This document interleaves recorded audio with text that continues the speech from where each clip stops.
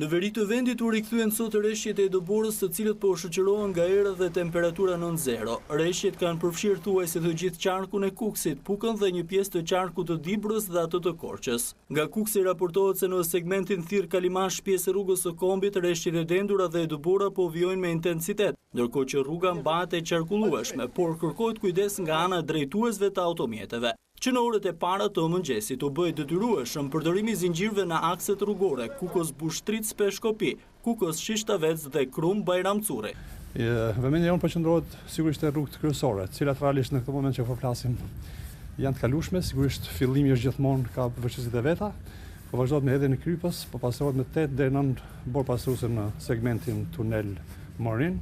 Në Bajramcuri tërheqësia e doborës në disa zona arriti në 40 cm, ndërkohë që qarkullimi është bllokuar në aksin Bajramcuri-Cernic dhe në një pjesë të fshatrave të thellë të kësaj zone.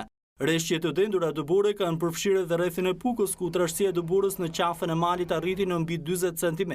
Segmenti rural Kryezi-Ballë është bllokuar, ndërkohë që një kamion brenda të cilit ndodheshin 6 persona mbeti i bllokuar për disa orë në këtë zonë. Rreshjet e doborës kanë izoluar në pak orë dhe fshatrat në lartësitë e qarkut të Dibrës, ndërsa rruga Ura e Cernicës Shupenc, pjesë e aksit Peshkopi-Tiranë, bllokohet her pas here.